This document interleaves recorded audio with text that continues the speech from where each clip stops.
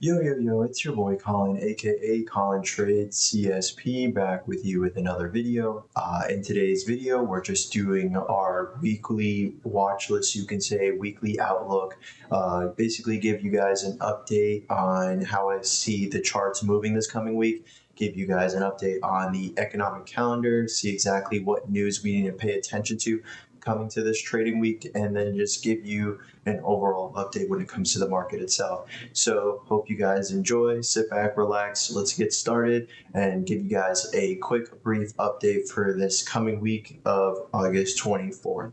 All right, so starting with the economic calendar, really nothing going on Monday, August 24th. It starts to ramp up come Tuesday, new home sales conference, consumer confidence. So that's something you got to pay attention to at 10. Really nothing when it comes to the Case-Shiller Home PX index and so forth like that on the S&P. Wednesday, definitely something important as we have another inflation gauge that we need to pay attention to, that being PCE report. Definitely something got to pay attention to come 8:30 on Wednesday. Consumer spending, personal income estimate when it comes to the GDP. So that's definitely a market mover as well, and durable goods. Thursday, we got weekly jobless claims, another market mover, so something definitely got to pay attention to come Thursday morning. Wholesale inventories, retail inventories, and then this one, Kansas City Fed survey. Another one then come on Friday, August 28th, Chicago Business Barometer, and basically U.S. Michigan final consumer survey. Now, it doesn't say it on here, but one other thing we have to pay attention to come Thursday is Jackson Hole. If you do not know, every time in Jackson Hole, this is a very important Fed meeting, give you guys an update when it comes to future inflation gauge, future interest rate decisions, and so forth. So definitely something that you have to pay attention to. And if you don't know, last year come August, we had a major sell-off, roughly around 1,000 points. I think it's roughly around 800 points on the NQ that we sold off going into Jackson Hole, which then we instantly rebounded. Now, I don't know exactly if we're going to repeat that process, but it's definitely a market mover as people prepare for this meeting. So definitely expect some extreme volatility coming into this week in note of this Jackson Hole meeting. So definitely something to pay attention to. Now, when it comes to the Strait of Hormuz, just a quick update when it comes to Iran. Really nothing has gone on, really no deal has been made. Only thing that I have updated today, being Sunday, August 23rd, is that potentially the Hormuz is open and oil tankers were successfully able to go through. So is that true? I'm not too sure, but when it comes to a market like this, all you can do is just take it with a grain of salt and just state that, okay, the Strait of Hormuz could be open, it could not be open. The market's going to trade the same as it has been for the past couple of weeks because of this stall comes to the overall Iran deal. So really nothing when it comes to that. Now, jumping into the technicals, when it comes to ES, definitely some interesting price levels that we could pay attention to this coming week. Starting with ES, basically, as you can see, we had this major resistance level in the come on Friday this past week, as we had this as support. It basically broke through, retested it, and then flushed, which then came Friday. We tested this level and we instantly broke to the downside. So definitely something in the short term that we have to pay attention to if we want to look for more bullish action. The main key level is to look to break over 7,700 for the upside. But if we do break over that, then we do have another potential resistance, as this used to be support, now it was support again, now broke to the downside. So this is definitely a key level that we want to make sure that we pay attention to. So if we see something like this, definitely keep an eye on this level for a rejection to the downside, or if we can get that break and retest to then go long. So definitely something that you want to pay attention to when it comes to a level right here and a level right here. Now, if we do reject at the open, and let's say we open somewhere around this level, definitely keep an eye on Thursday's lows for a potential bounce to the upside. If we do break those lows, get something like this, definitely keep an eye on longs at this level. As you start to zoom out, this was previous all-time highs that we tested 3 times. That definitely, and you could say the fourth right here before we started to take off, for a potential longs, as people would want in the long term. If the bulls want to hold this market to push even higher, they would definitely start to take longs at this previous all-time highs, sitting at that 76.30 area for potential longs. So definitely look at this for potential long idea if we do start to break down. If not, then look for a break and hold over Friday's highs to then start to test 77.25 area.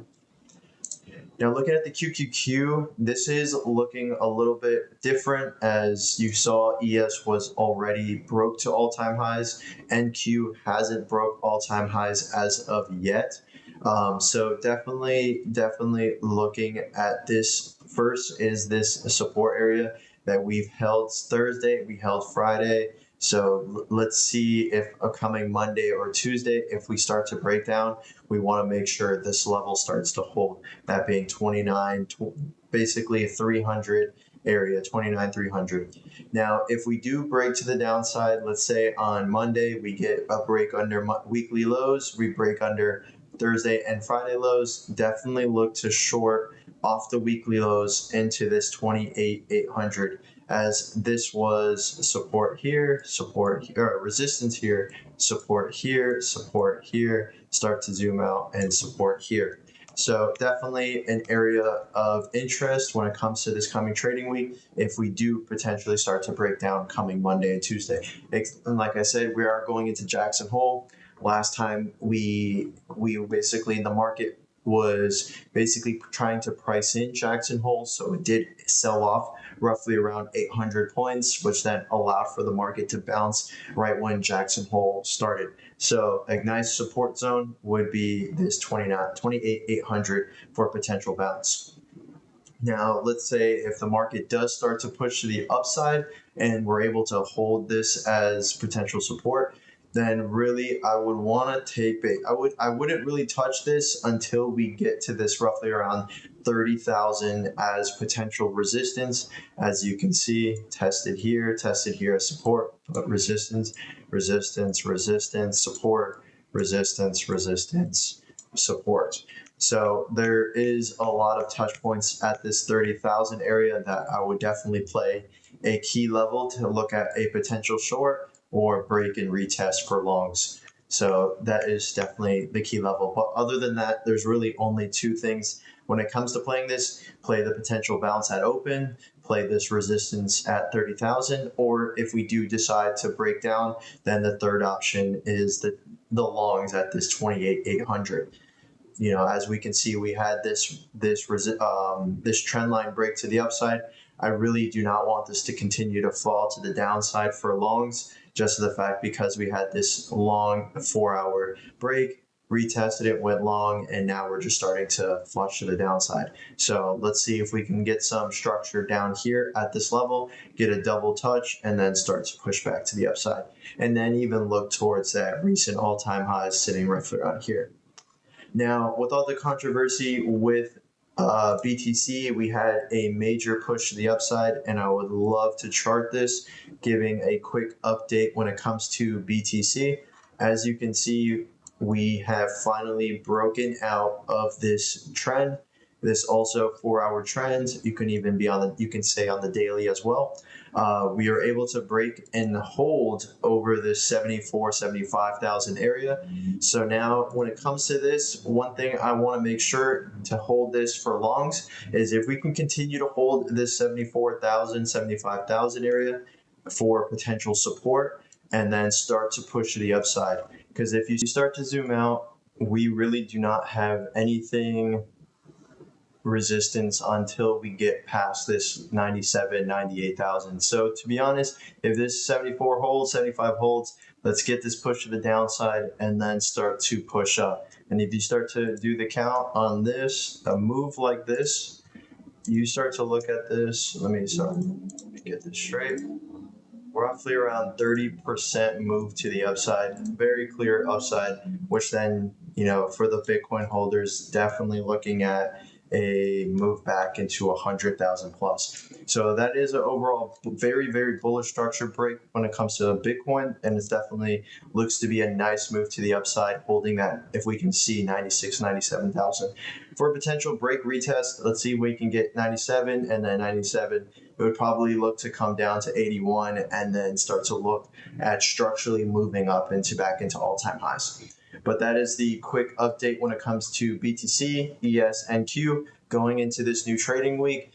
And that is it when it comes to the market update coming to this. So I hope you guys enjoyed this video. I hope you guys have an amazing trading week coming into this. Like I said before, this is Jackson Hole week, so expect some extreme volatility going into this week, and just making sure that you trade smart, trade safe, because you never know what can happen in this market. Anything can happen when it comes to the Iran news. Anything can happen when it comes to Fed speaking. So just trade smart, trade safe, and I hope you guys have a great trading week, and I'll see you guys next time. Peace.